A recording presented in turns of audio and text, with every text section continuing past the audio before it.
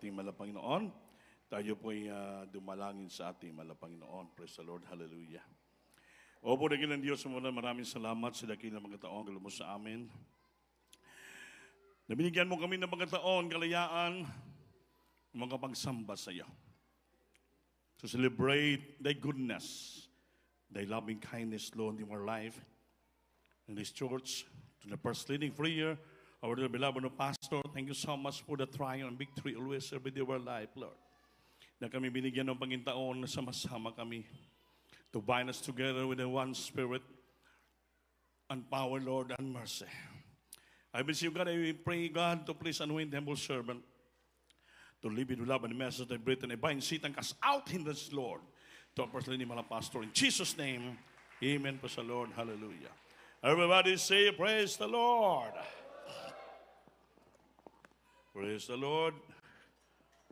First of all, the highest praise, glory, honor, thanksgiving, and majesty only to our loving God, our dearest and loving Savior, and give double honor and respect to our dearly beloved noble evangelist for the Salmida, the end-time prophet of our loving God, and remember and cherish the blessed memories and precious teaching of our beloved stand pastor Lina Comun Almida, and all beloved children, the whole blessed Almida family.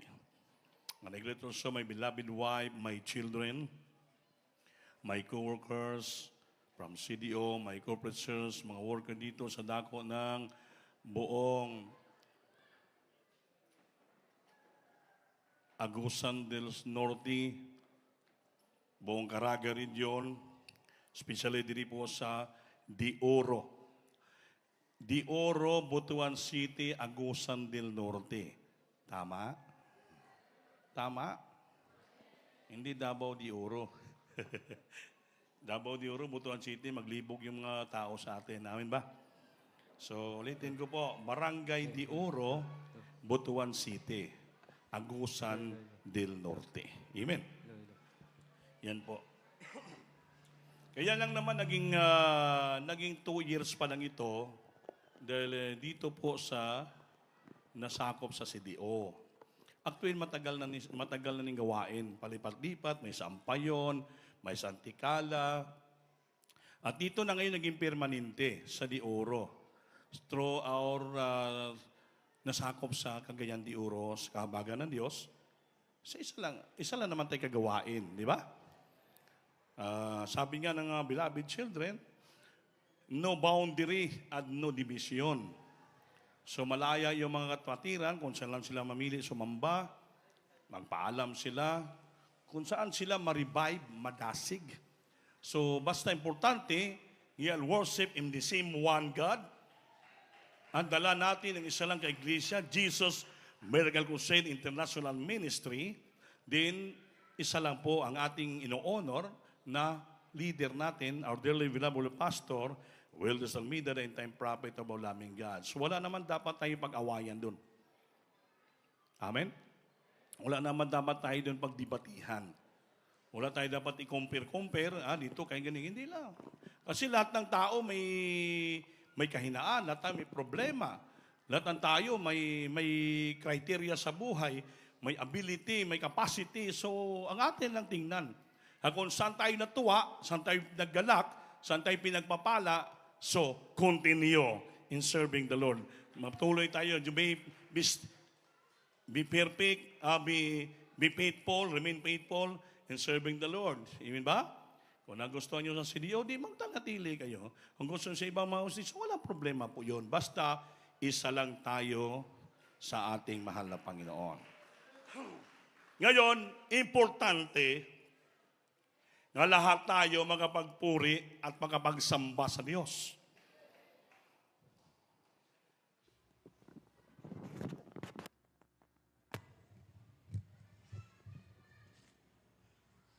Kaya paiba-iba nga tayo ng simbahan, paiba-iba naman tayo ng gawain. Pagdating doon, hindi naman tayo makapagpuri ng maayos, hindi naman tayo makapagsamba ng maayos, wala naman tayong presensya na maramdaman, hindi naman tayo pinagpapala, useless lang ang ating pagpuri, useless lang ating pagsamba.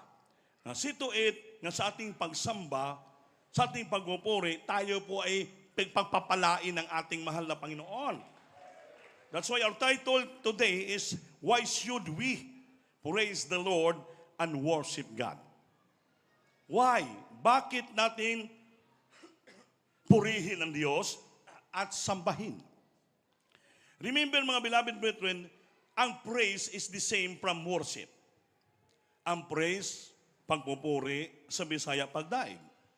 Ang worship, pagsamba, sa Tagalog, pagsimba sa Bisaya. So ngayon, bakit tayo, mga bisita, mga baguhan, why we should praise the Lord and worship God? Bakit nga na dapat kailangan purihin natin Diyos at ating sang sambahin? Parang tingin ko sa inyo mga malungkot. Parang hindi kayo nag-smile, hindi, parang bang seryoso kayo. Bagay, seryoso naman tayo makinig, di ba? O baka naman mga gutom na kayo. Tatapos naman natin namigay ng merienda, ng snack. Kaya mayroon tayong pang snack para tuloy-tuloy ang maligayang pagpakinig natin. Mamaya, after the service, mayroon naman tayong almusal. Almusal pa lang yun kasi hapon na Pero kanina may merienda time na. Ito, ang salita ng Diyos, ito pong kompleto. Lunch at dinner na to. Kaya nga naman, salita ng Diyos, kahit wala ka na makain na kanin, basta may salita, busog ka na. Kaya ang tao hindi nabubuhay sa tinapay, ang tao hindi nabubuhay sa pagkain, kundi ang tao nabubuhay sa pakinig ng salita ng ating mahal na Panginoon. Because we are all spiritual nga mga tao, nabubuhay tayo sa salita ng Diyos. Amen ba? Hindi po tayo nabubuhay sa magandang salita ng preacher, kundi nabubuhay tayo sa salita ng Diyos na mayroong kapangyarihan.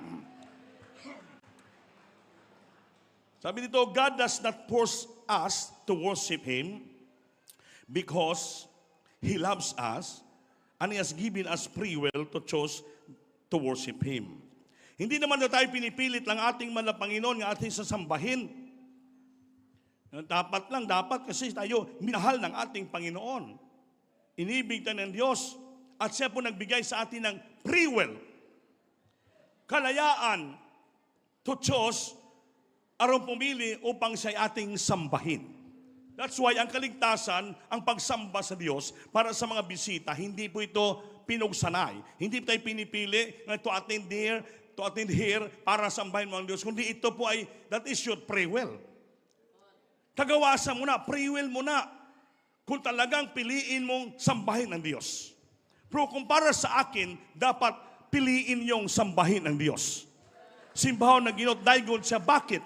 Aron ka mo magkaroon ng kaligtasan, buhay na walang hanggan.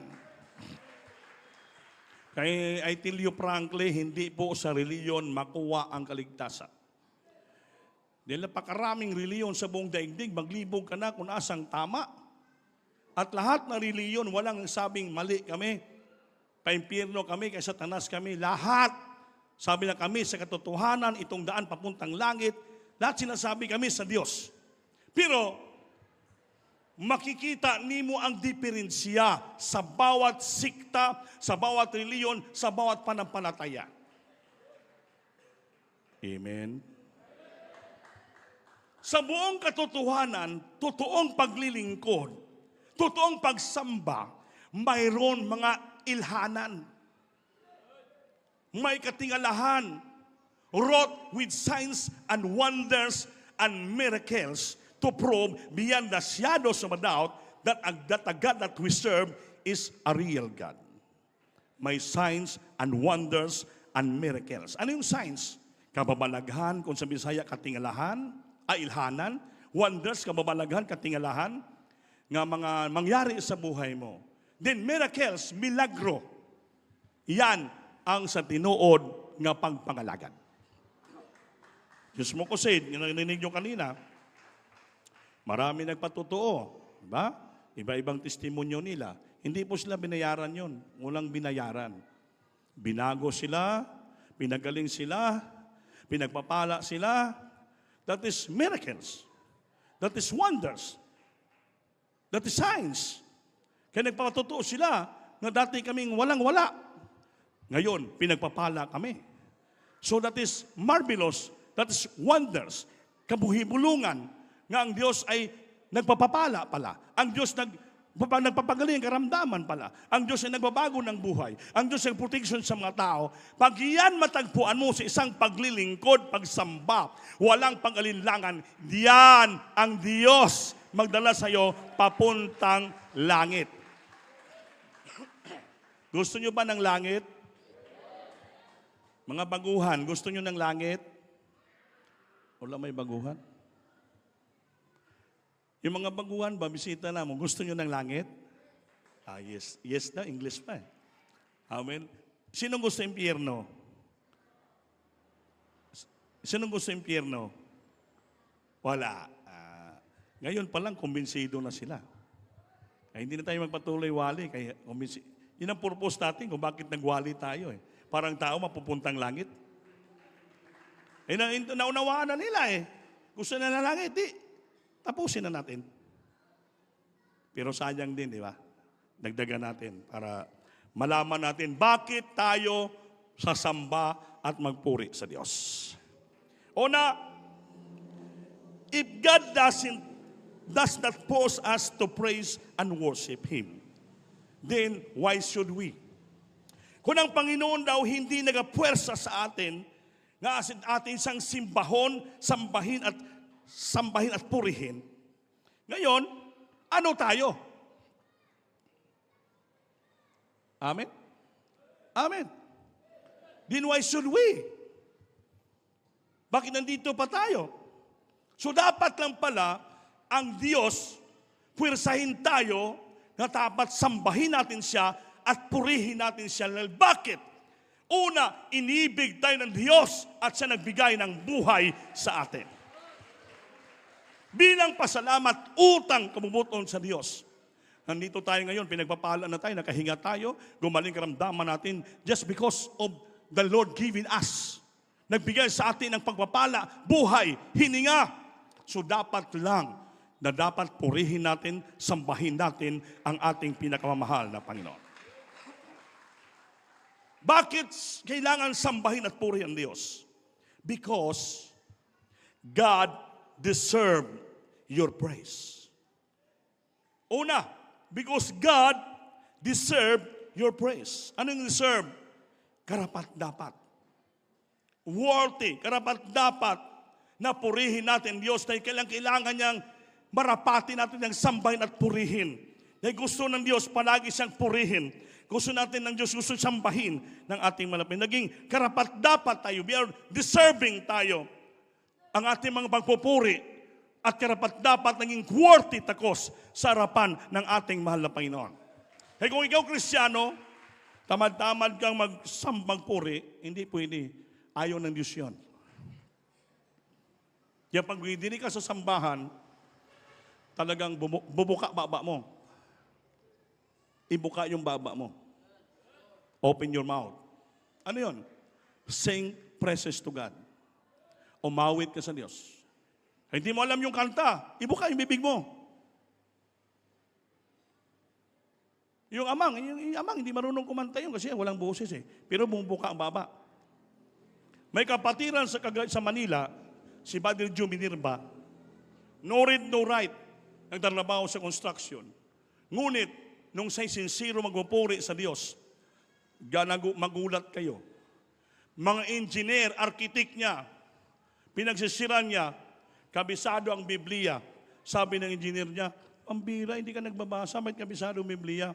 Sir, nakuha ko lang to sa grabing pagpupuri sa Diyos. Nagulat ako, may nagdidikta sa isipan ko. Si Joe Binirba nagpupuri yun, di alam yung kanta. Pero matindi magpuri, ginaya ko, hindi ko kaya. Alam mo sa magpuri? Hanggang matapos, hindi mo kaya. Sobra pa sa computer ng katawan. Ang busis niya, marinig mo, ito lang. Yan ang busis niya marinig sa kanya. Pero taos puso siyang magpupuri. Kasi hindi niya alam eh. Lahat yung puri niya, ganun lang. Pero maya napupuspos siya. Umuyak, tumutulo, lumuluhod sa Diyos. Natuwa ang Diyos. Nalugod ang Diyos sa kanya, bagamat hindi niya alam yung lyrics. Dahil nurid-nurid, hindi niya ang punit yung puso niya. Yung bibig niya bumubuka, sinisikap niya. Nagpapalakpak, nagpupuri siya sa Diyos. Kahit naghahaming lang siya, ngunit ang puso niya umaawit sa Diyos, nagpupuri. Natuwa ang Diyos, pinapadamang presensya. Binigyan siya ng grabing karunungan, kapangyarihan, nagmumula sa Diyos. Arkitek niya, mga engineer niya, pinagsisiraan, na-converte niya, nagbabautismo. Bakit? Sa kapangyarihan ng Diyos. Di wala siyang karunungan. Ikaw, may karunungan ka. Nag-eskwela ka ng kindergarten. Grade 1. Grade 2, may alam na yun. Lalo kung high school graduate ka na. Nag-eskwela ka pa sa ALS. Nag-eskwela ka pa sa TISDA. Marami ka ng karunungan. Nag-graduate ka pa sa Colegio. Nag-graduate ka pa. Nag-graduate ka pa ng Lampi 9. Marami ka ng alam. Pag-abot mo sa sambahan, yung bibig mo,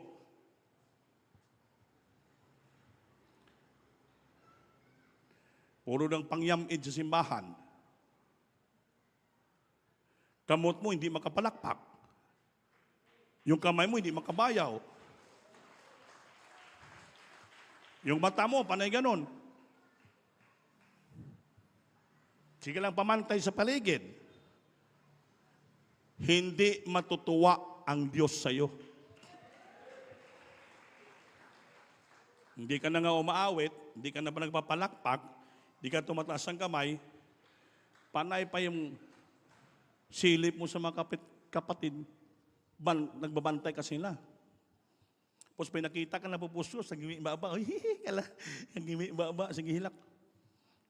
So, hindi po pwede yun. Kristiyano ka. Pag sumulod ka sa sambahan, buong pagrespeto ibigay mo sa Diyos. Buong pagrespeto. Because our God that we serve is a powerful God. He deserves our praises. Natutuwa siya, tinatanggap siya ang ating mga pagpupuri. At hindi karapat-dapat siyang purihin, pasalamatan.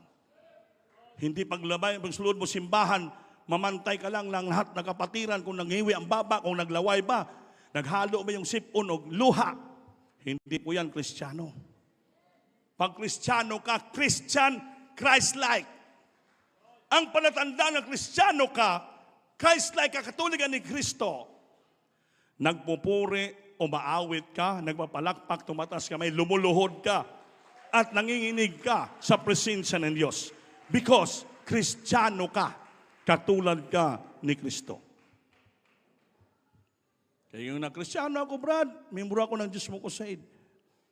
Makita mo naman sambahan, di nga marunong kumanta. Di marunong umawit. Di marunong magpalakpak. Di marunong tumas ng kamay. Hindi marunong lumuhod. Ang tanong ko, Kristiyano ka ba? Tahimik man. Kristiyano ba kayo? Hindi nga kayo nagpapalakpak eh. Hindi kayo tumatas ng kamay.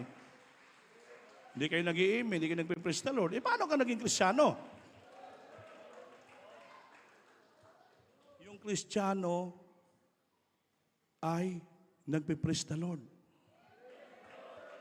Nag-hallelujah. Kaya nang pinuntahan ako ng Sabadista, pasensya na, sa bahay. Yes, sir. Good morning. Maraming dalang libro. Sabi ko, nagasaan kayo? Kala ko ahinti. Kung ahinti ba kayo ng lupa o ahinti ng simenteryo? Ay, hindi, sir. Mga ano kami, saksi ni Jehovah. Uy! Saksi ni Jehovah. Sabi ko, praise the Lord, hallelujah. Pareho pala tayo, saksi din ako ni Jehovah. Nagulat silang dalawa. Saksi ni Jehovah ka, sir? Oo. Bakit? Bakit nagugulat kayo? Kayo di piki ng Iglesia ng Saksing Jehovah, piki pala kayo. Nga, hindi kami totoo. Piki kayo. Yung totoong Saksing Jehovah, nagpe-praise the Lord. Hallelujah. Bakit? Sino ba si Jehovah? God the Father. Diyos yan. Before, wala pangalan ang Diyos. Dahil ang pangalan ng Diyos before, hidden, nakatago. Walang maka-mention, walang maka-pronounce, kaya mamatay sila. Nakikinig ba kayo? Makita mo sa Biblia, J lang, G-H-A. Ganun lang. Kaya walang maka-pronounce. May mga title, Adonai, Elohim, Yahweh, maraming mga title ang tawag yon. Title.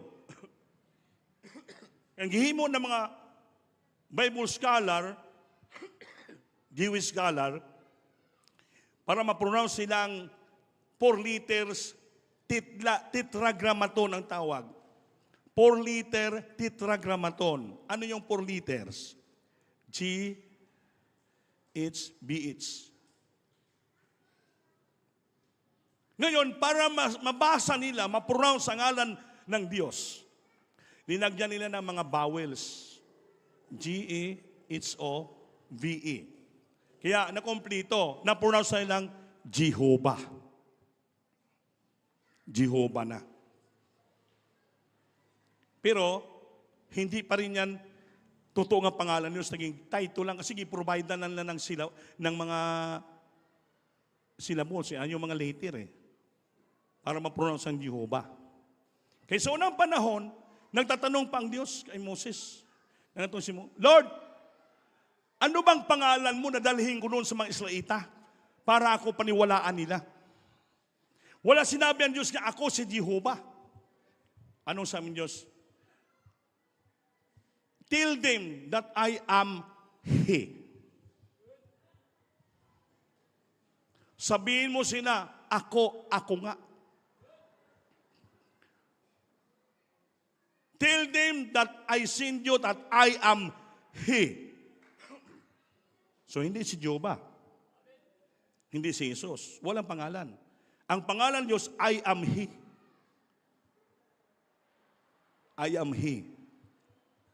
Ngayon, kailan natin nalaman yung pangalan ng totoong Diyos? Nung nagkatawang tao na ang Diyos Ama.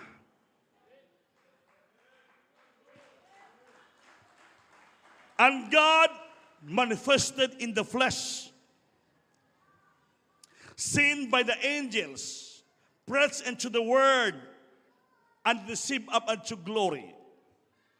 Doon pa lang napahayag ang Diyos nagkatawang tao. When? In the person of Jesus Christ. Ngang babae nag-conceive, nabuntis, nagdala ng tao, si Maria, at sabi ng anghel, ang dinadala mong tao ay anak ng Diyos yan, Messiah. What do you mean by Messiah? The messenger. Messiah, the Christ. Ano ibig sabihin ng the Christ? The anointed one. And call His name Jesus. Tawagin pangalan niya, Jesus. Na sa pangalan ni Jesus, ang lahat ng tao, luluhod, at lahat ng dila, bibig, magkumpisal, nga sa'y Diyos sa lahat ng mga Diyos. Iyan na ngayon, nakilala na natin yung totoong Diyos. Nagkatawang tao, from the name Jehovah, Adonai, Elohim, title sa God ngayon, nagkatawang tao na. Giproklama na mismo ng anghel mismo nagproklama, and called His name Jesus. That the name of Jesus, every knee shall bow, and every tongue shall confess in the name of Jesus. That in the name of Jesus, there is forgiveness of sin, there is healing of our sicknesses, there is changes of life, and in the name of Jesus, there is power. Hallelujah. There is power and there is a comforter. Lahat grabe na ang Diyos. Ito na ngayon sa ating kapanahunan. Kaya tinataas natin ang pangalan, Jesus. Because we know, alam na natin kung sinong totoong pangalan ng Diyos. That tayo nakasulat, Jesus saved and Jesus heals.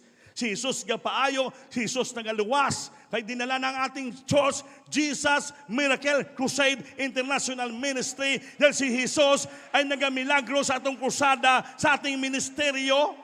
With God's awesome power, goodness, and faithfulness.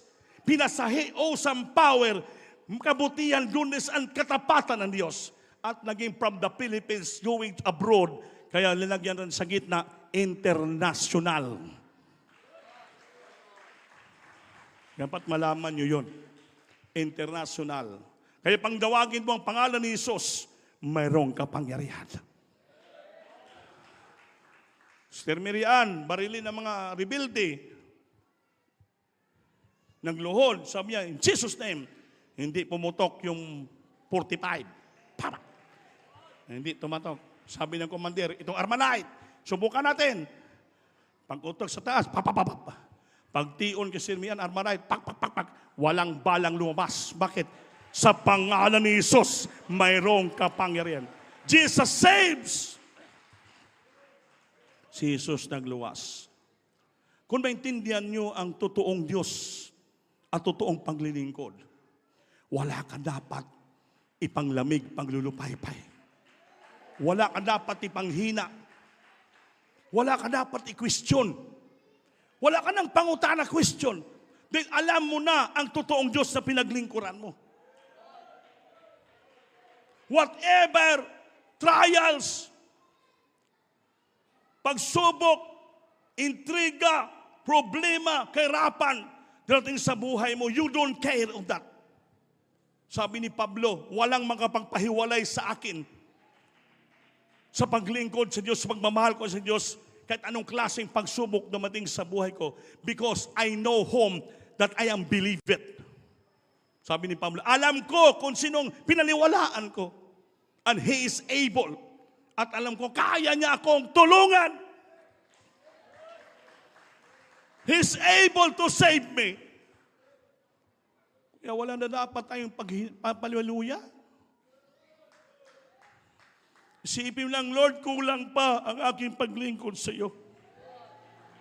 Kaya ang Diyos na kailangan ng tutos puso mong pagpupuri. God deserve our praise. God deserve our worship. Na dapat magpasalamatan ka. We should thank Him for all that He has done.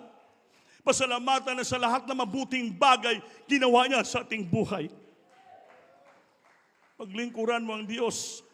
Meron kang kinitaan, may sweldo ka, may trabaho, may negosyo ka, automatically, kunan mo agad ang tithes and offering. Isit aside mo ang yung tithes and offering. You have to give it to the church. Ibigay mo para may pagkain sa iglesia ni Diyos. And then the Lord will return you the blessing. And sa Biblia, give and it shall be given unto you. Good measure, pressed down, shaken together, run it over, and the Lord will give unto your bosom. And the measure you meet, it shall measure to you again. Magbigay ka at ikaw pagbibigyan ng Diyos. Paano Diyos magbigay? Takal na mabuti, siksik, liglig, iligo-ligo. Grabe ang Diyos magbigay, pagpapala. Sa Bisaya pa, gawas-awas, giligo-ligo, dinasok, pinaogdo, ibalik sa iyo sa iyong sabakan. Gaano kadako, the measure we met. Gaano kadaghan, gaano kadako, gaano kalaki, gaano karami ang ibinibigay. Sukatin ng Diyos. At ibalik sa iyo ang pagpapala. Walang talo, walang lugi, walang alkanse. Pag binibigay mo sa Diyos ang lahat ng bagay. Because you know whom you are believed. Kilala mo at nailhan mo kung sinong imong gituuhan, di paniwalaan. At arang siya makatabang, hanis, able Hindi ka niya pagutuman, hindi ka niya pabayaan, pagpapalain ka ng Diyos. Bakit tayo magsamba at magpuri sa Diyos? Amen ba? Amen ba? Dapat lang. Because praise and worship set you free. Ang pagpupuri at pagsamba makabigay sa iyo ng kalayaan. Praise and worship shall set you free. Bigla palayain ka ng Diyos. Ano yon? Your praise and worship has the power. Ang ating pagpupuri, pagsamba, mayroong kapangyarihan to set you free from sin and the traps of the enemy. Masit free ka sa kasalanan, din sa trap. I-trap ka ba? Ng kaaway. Amen ba? From the trap of the enemy. Brother Minard, may gusto magpatay sa kanya. That is trap of the enemy. Sinusundan siya. Pero ang ginawa niya, nagpuri lang siya. Sumamba lang siya. Totoo pala yung pagsamba? Yung pagpupuri? Praise and worship set you free. Your presence and worship has the power to set you free from sin, kasalanan, and the traps of the enemy. When Peter and Silas were in jail, they were praising and worship God. Nung si Paul and Silas na bilanggo, na priso, binartolina. Kisipuhan ng kamot, hindi makalalabas sa prisuhan, ngunit anong ginawa ni Paul and Silas? At midnight, alas 12 ng madaling araw, sila po'y nagpuri. Sila po'y umawit. Sila po'y nagpalakpak. Sila'y sumigaw sa Diyos. They praising and worship the Lord.